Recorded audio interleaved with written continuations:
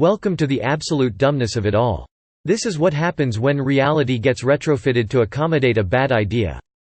You end up with this, the Trump border wall, which apparently will need, essentially, to be left open for months at a time to accommodate flash flooding during the summer monsoon season. This episode of Reality Bites, The Washington Post reports, is brought to us by in-the-know border officials, agents, and engineers. Here's the most maddening part from the Post: along the more remote portions of the southern border, large unmanned gates that need to be manually raised ahead of the seasonal flooding, and then left open for months to accommodate the large amounts of debris carried with it, are already being waltzed through by smugglers and undocumented migrants. Put more simply, the wall is already not working, so let's build more. The flooding risks are not new, but they represent one of the most significant engineering hurdles to President Donald Trump's campaign promise of a big, beautiful wall on the Mexican border. The Trump administration has been largely silent on how it intends to cope with the diverse environmental realities of the border region that spans desert, canyons, and mountains. The border is so diverse.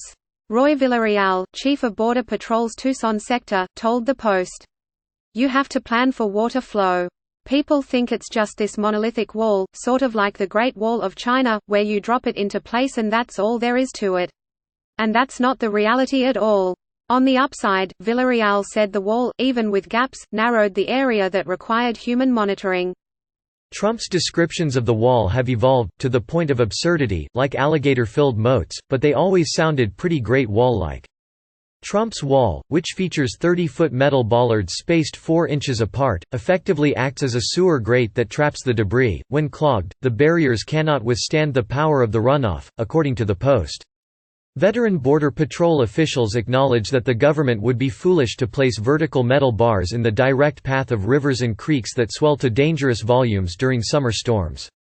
The U.S. southern border is crisscrossed by hundreds of drainage channels and several rivers, where smugglers and other border crossers can enter through the large gaps and advance northward following stream channels and narrow canyons to avoid detection.